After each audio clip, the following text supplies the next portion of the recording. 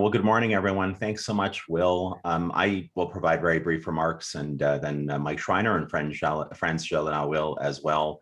I want to begin by thanking Mike and Franz for being a part of the discussion that we had this morning, a discussion that took place with a number of organizations represented from Ontario's healthcare sector, our education sector, our municipal sector, real leaders that came forward in each of those to share their thoughts with us in a collaborative and nonpartisan spirit, which I think is so critically important for the issues that we are talking about at this critical moment in time here in Ontario. There were a lot of common themes that were brought forward from those leaders that participated this morning, several of whom are on the call right now with us for this media availability. And I certainly took a lot of notes. I will say from my perspective, I will continue to urge, I suspect we all will continue to urge Premier Doug Ford and his government in the hopes of working together as one team here in this province to get the right thing done in vaccine certificates, to get the right things done across the critically important sectors on vaccine mandates, so that the disruption that we all have to deal with during this fourth wave is as minimal as possible. So again, really grateful to Mike and to Franz, really grateful to every single partner who joined us in the call this morning. Very much looking forward to the questions you might have. And with that, I'll turn things over to Mike Schreiner. Thank you, Stephen, and just a real honor to join you and Franz and all the stakeholders today to have a vital and important conversation about how do we utilize all the tools we need to mitigate the effects of the fourth wave and put this pandemic behind us. And I believe this is a really critical moment that we have to set partisanship aside. We have to bring everyone in Ontario together, and that includes all the political parties and all the stakeholders and just people across the province to finish the job and get this pandemic behind us. And it was so heartening to see some consistent themes emerge from all the stakeholders on how we can design vaccine certificates and how we can implement mandatory vaccinations in a way that creates social cohesion, supports healthcare and education workers, small businesses, a lot of concern about how do we design a system that supports small businesses and easy for them to implement. And it was nice to see those consistent themes emerge from a diverse group of stakeholders. So thank you everyone who joined us, and I look forward to people's questions. Good morning, everyone. Bonjour tout le monde. I agree with what was just said, that as New Democrat, I have been, and my entire colleagues, we have been pushing for certificates for a long time. And now people from business, from educations, from healthcare, from mayors, from different parties, we are all coming together to say that Ontario has to bring forward a vaccination certificate. We have clear indication as to how you do this in a way that will protect small business who will have to deal with this, who will be consistent province-wide, who will be easy to use, and don't reinvent the wheel. Lots of people made comments about copy and paste, what's happening to our neighbors to the east, where Quebec is going to have a vaccination passport this week.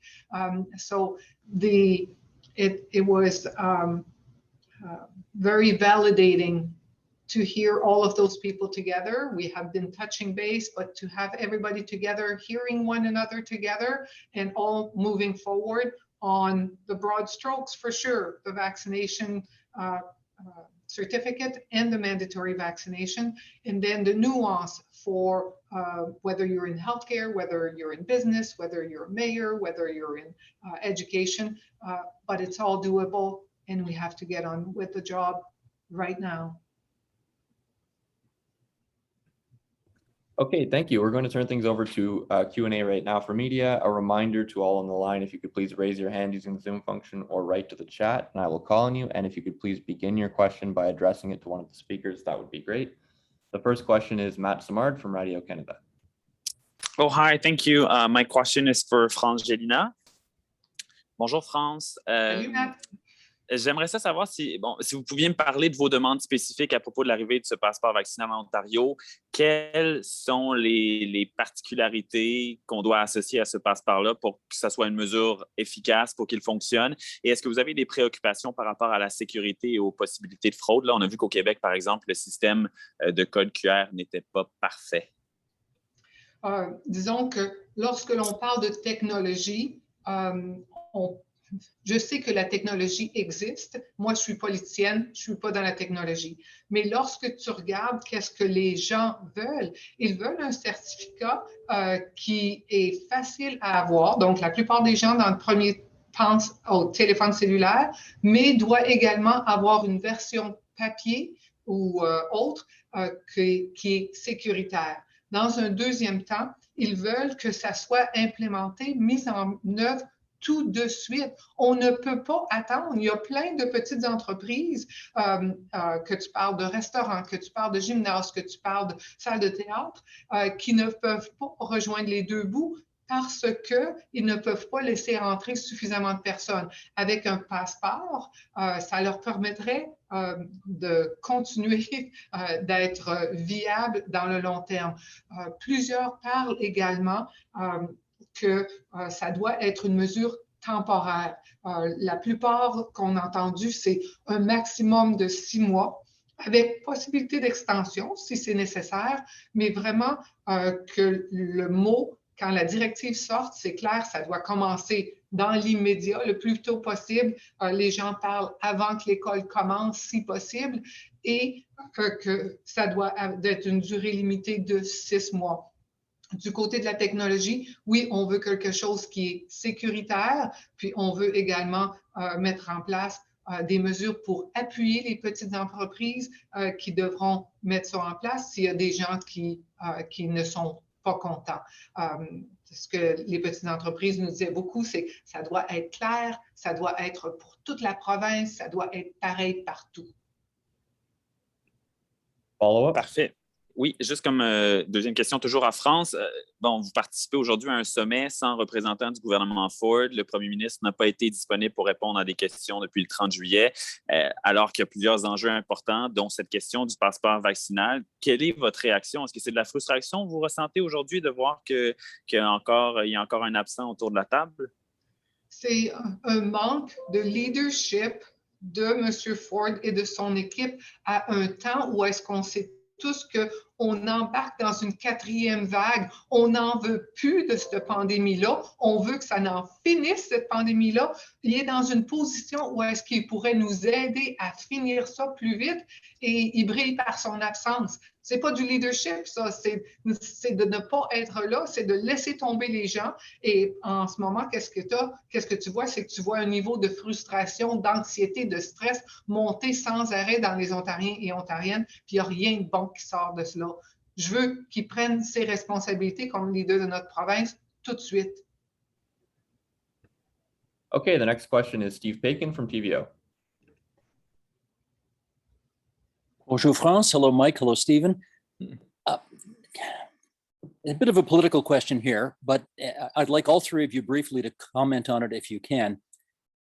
You're competing against each other as much as you're competing against the progressive conservatives in the next election. So what's happening right now is pretty rare. So what is the value in doing this joint effort? S'il vous plaît.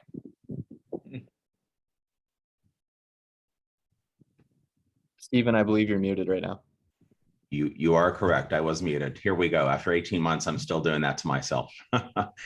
So as I was saying, thanks for the question, Steve. Look, when the decision was made a number of days ago to go forward with convening this kind of discussion that we had this morning, I'll just speak from my perspective. You've all heard me say this. In just a few days, there are 2 million kids across Ontario who are going to be going back to school. One of those kids is my daughter, who is under the age of 12 and therefore not eligible to receive a vaccine. So I think she's vulnerable. And I think the kids in her class and across our publicly funded school system are vulnerable, similarly on university and college campuses. And so from my perspective, yeah, look, we know there's an election coming in 8 or 9 months. We know we are political, let's say, I guess, opponents. But on this topic, with this level of concern and this critical need that we have right now, surely we're at a point where we can find ways to collaborate and work together in a nonpartisan fashion. And so what I saw this morning and what I see with Mike and Franz on this call, and look, I hope the Conservatives join us in this collaborative approach. I think this is the very best of what Ontario and Ontarians can do when we are prepared to work together with that team approach. And so when it comes to this and these kinds of issues, I'm not going to stop. I don't want to speak for Franz and Mike, but I found today very refreshing. I find this media availability very refreshing. And I think people watching at home or listening or looking at this online will find this remarkably refreshing at this point in our province's, well, let's say evolution, especially as it relates to this pandemic.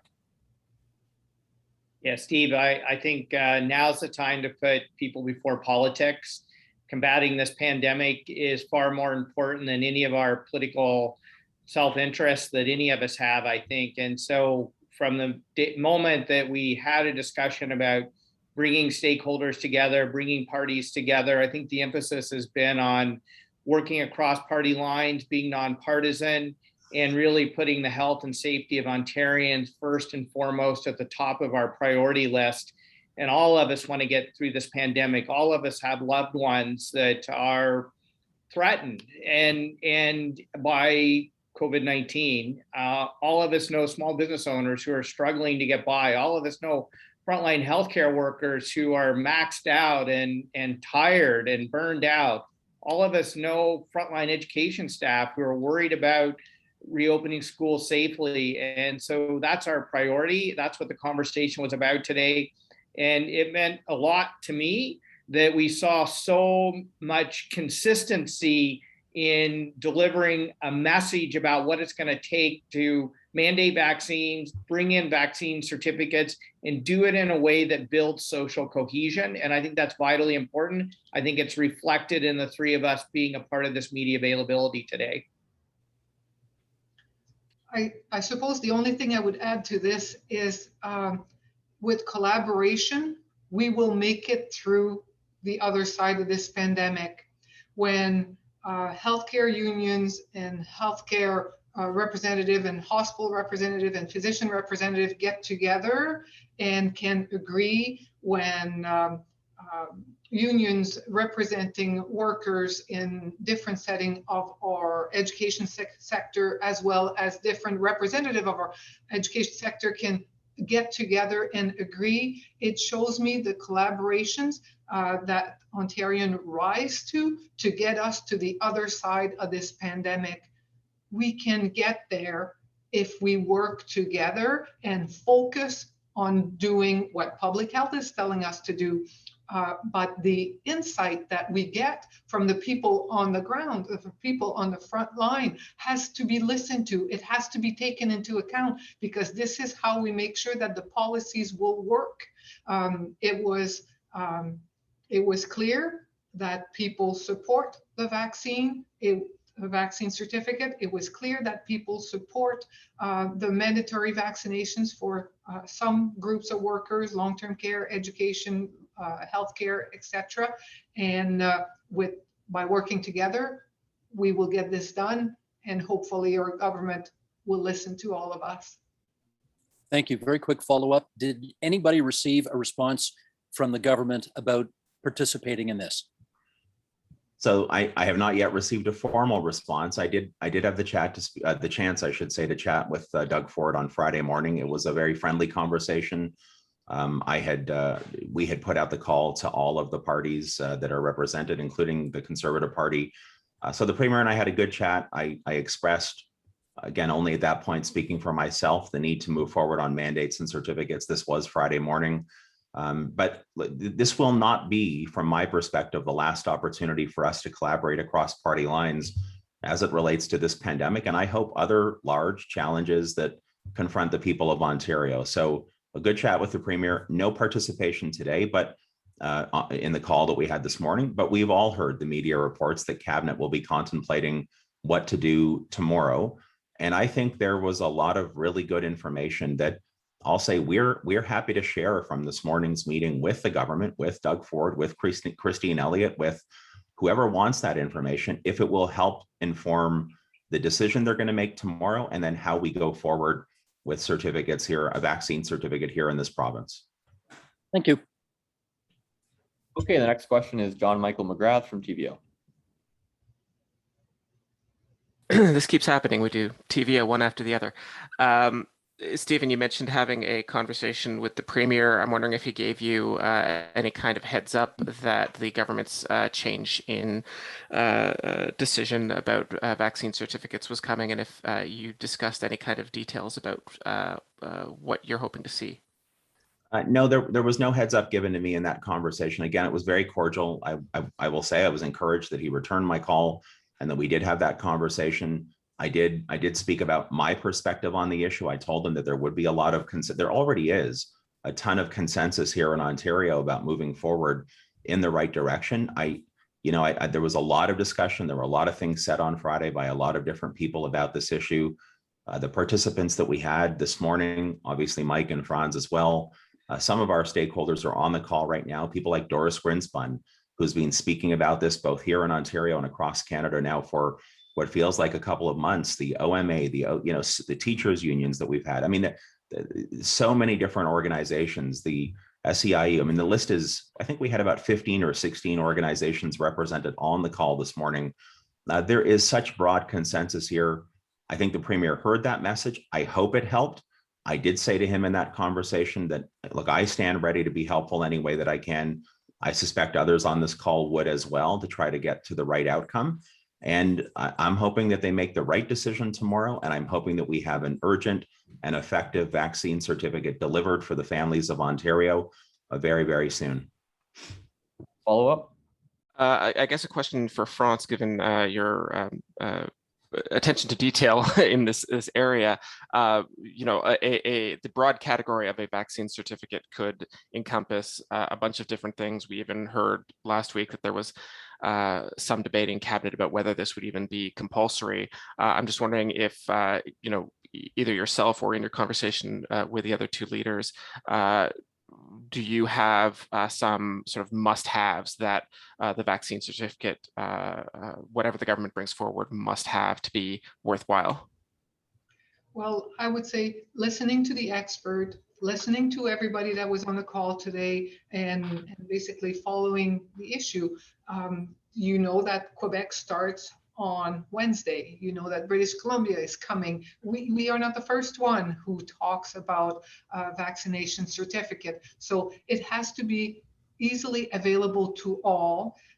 So that means, yes, for most people, it will mean a cell phone. But for a lot of people that I represent, where internet connection and all of this is an issue, then you have to have a backup system that is safe.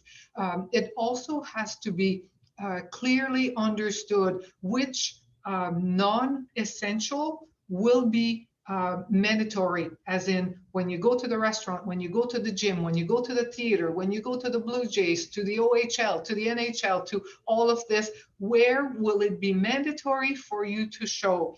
And one of the reasons for that is that the vaccine certificate is a motivator for a lot of people that are on the fence, who may not have gone around to get the vaccine. They're not opposed to it. It's just not a priority for them. But out of a sudden, once they know the directives, they know that it applies to the entire province, they know that it applies to something that they care about, they will go and get vaccinated. So it becomes an instrument to help bring the vaccination rate to a point where we reach herd immunity. I could go on and on, but I tend to speak too much. So listen to the expert, I guess, is the end. Okay, the next question is Alan Hale from Queen's Park Today. There we go. I was wondering how concerned you guys are about the social cohesion aspect of this that you guys mentioned earlier. We had the Premier talk about how he was opposed to these ideas before because he didn't want to split society. And now we have some very angry people showing up at Liberal leader Justin Trudeau's rallies, very aggressive and angry. And how do we roll this out in a way that isn't going to just stoke resentment and social division? Is that even possible? Mike, do you want to go first on this? You're muted. Yeah, this came up a lot during the discussion, and the design of the certificate is going to be vital in addressing this issue.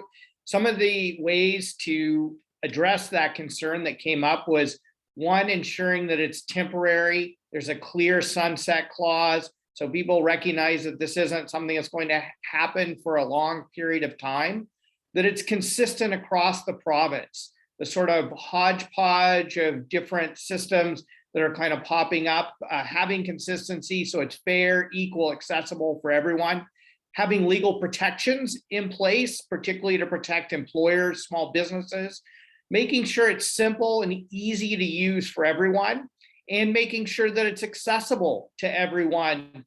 And finally, a consistent message that was delivered loud and clear was better communication of why it's needed quickly, how it's going to benefit people, how it's going to help us combat the pandemic and get our lives back. And in a sense, one of the concerns that a lot of people have is freedom. Well, one of the ways we can get freedom is to actually have freedom from this COVID-19. And vaccine certificates and vaccines in general are vital to addressing that. And so I think the experts have ways to address this issue of social cohesion.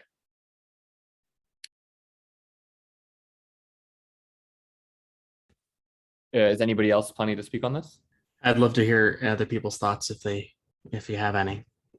Yeah, I would say I think Mike covered a lot, if not everything, that we did hear this morning for sure. One other thing that was talked about was the need to protect the privacy, the private medical information, obviously, of the people of Ontario. I think, look, what we saw take place on the weekend by way of, I'll call them the protests directed at the Prime Minister, not something that reflects the very best of what we all want Ontario or Canada to be. And a lot of people feeling obviously very unhappy, very angry about what's happening. I think demonstrating a great degree of empathy while communicating clearly and helping people understand that this is it's in their best interest as much as it is in our collective interest. There is, as Mike said, this notion of moving quickly, but making sure that it is temporary, it's time limited. And I'll say time limited, but I think keeping a close eye on what that means and constantly relying on those individual women, men who have expertise to make sure that though it needs to be temporary, that we don't prematurely cut it short before we are truly through to this, through to the end of this, whether we're talking about the need for boosters at some point in the near future. In fact, we know already that some in Ontario are receiving boosters. So just sorting through all of those details, but coming at this from a very empathetic perspective, but making sure people understand this is in everyone's interest. It's in their interest individually, and to be vigilant about how we go forward and do it in the best way possible. I would just add to this that the body of evidence that supports vaccine certificate is becoming more robust by the day. So to make sure that this information is shared by scientists, by public health experts, but also by other leaders in our community, whether it be a cultural leader or a spiritual leader or even politicians.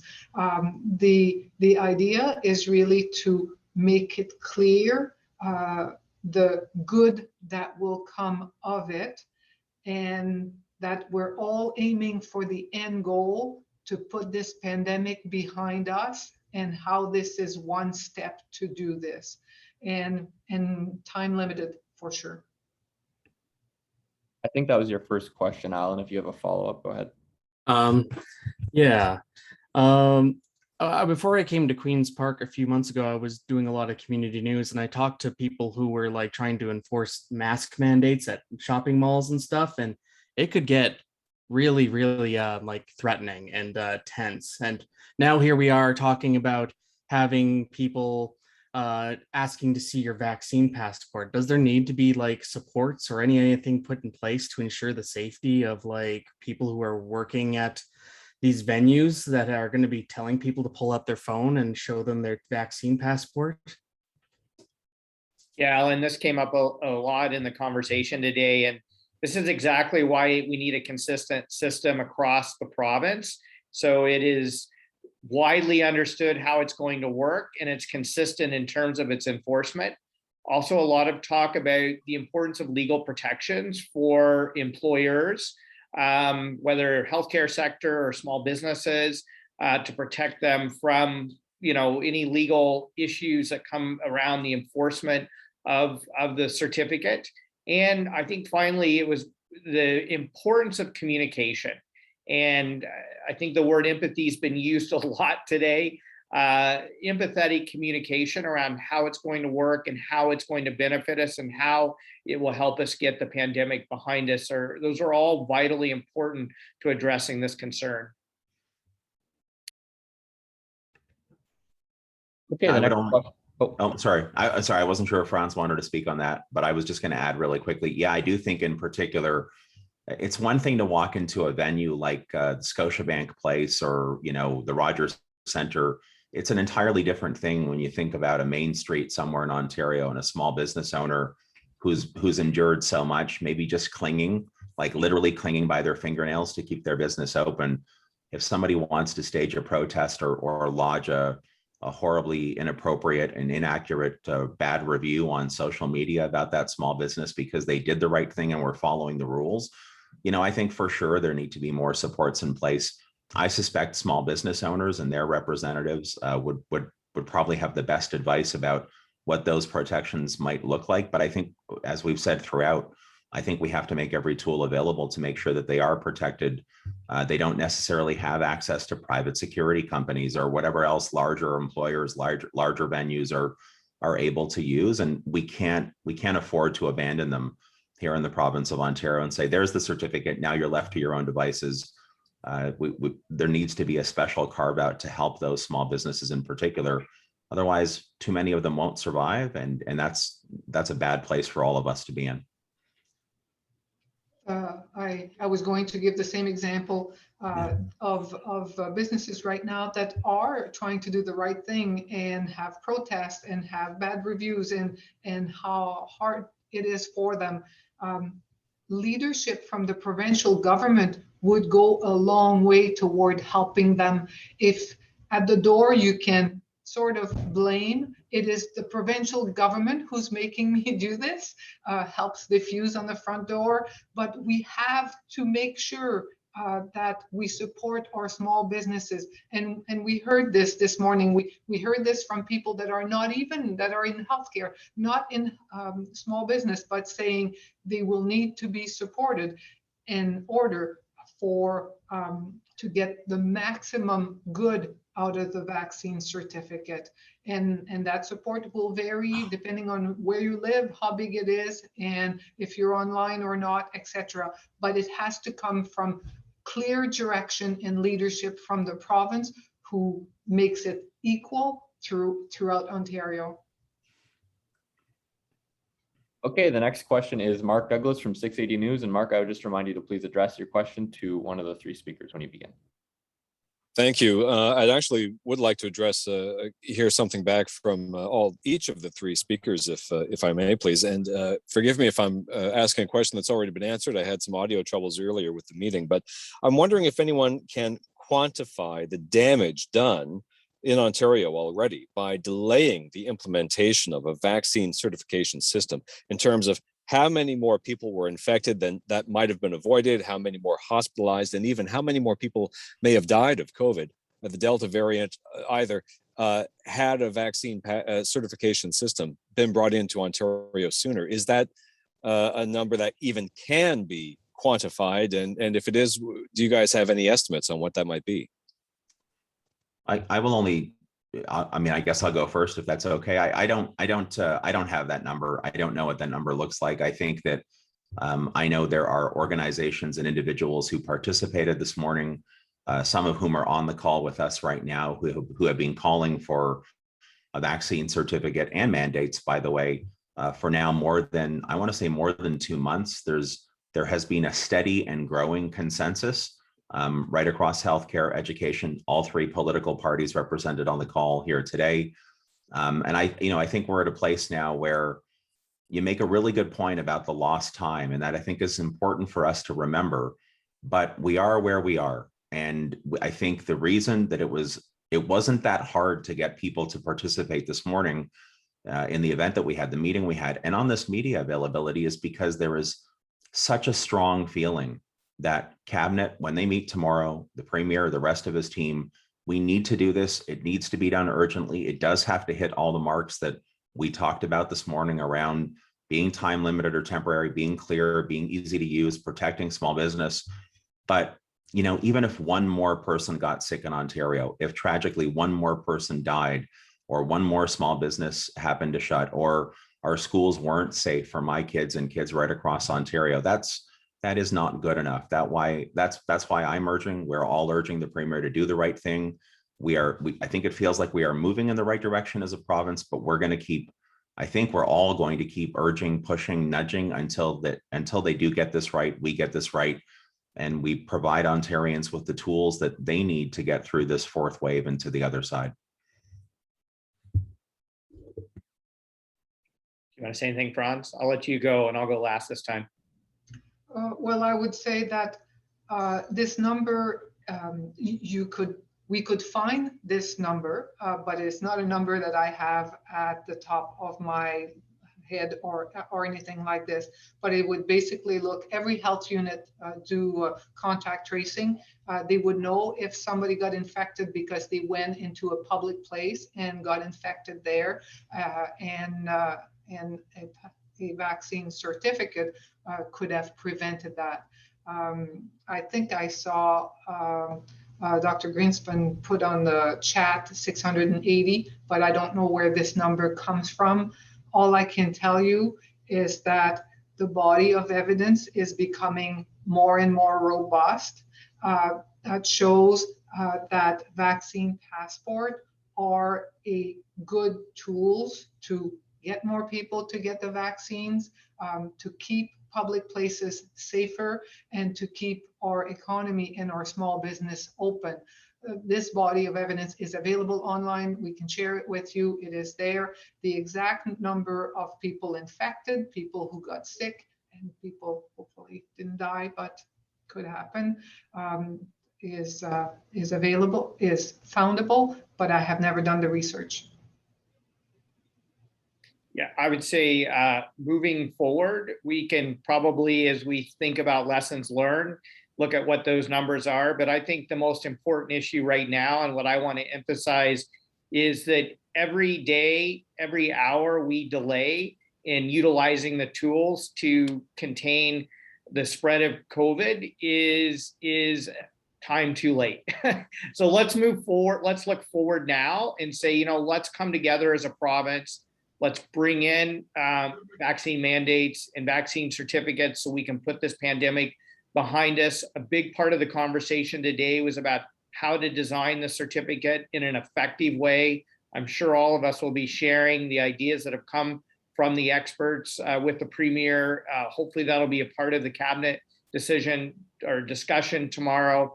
But the most important issue right now is let's come together. Let's get these measures in place as soon as possible so we can mitigate the spread of the virus and put the fourth wave in the pandemic behind us. Follow-up? Yes, please. And Ms. Gélinas, you mentioned that you saw someone text the number 680 in the chat. I just want to specify that they were simply sending a message to me at 680 News as the 680 reporter. No one's suggesting 680 people have been hospitalized because of a delay. And again, apologies if this is a question that's already been answered, but I missed the opening audio. What is a targeted date that I might see on my phone a certification system? Are we looking at the first day of school? That seems pretty close, or September 20th. Is there a target date in mind? I would say as soon as possible. And the sooner the better. And that is why I think looking at what other provinces like Quebec have done, for example, we don't need to reinvent something that works in other jurisdictions. I think it was clear from everyone today was Let's come up with an effective system. And if somebody else already has it in place, let's use that system so we can get this in place as soon as possible. I would say the sooner the better. I mean, some of the participants use tomorrow, some of them use for the first day of school.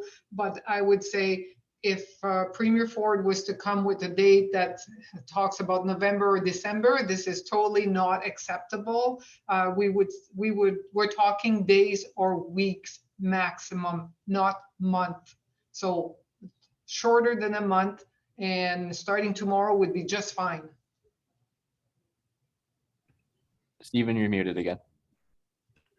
Sorry about that. If Premier Ford, it's because I have dogs here at home and they often bark, so I mute when I'm not speaking. So look, if Premier Ford hasn't already picked up the phone and called his counterparts in British Columbia and Quebec, and frankly, even Manitoba, then he should. And he should have that conversation today so that we are not trying to reinvent the wheel and slow things down in Ontario unnecessarily. It could very well be that the process used in any one of those other provinces would work quite well here in Ontario, and we could move on that more quickly. And again, as Mike and Franz have said, the quicker, the better for all of us. Okay, there are no other questions on the line. Thank you. Thank you, everyone.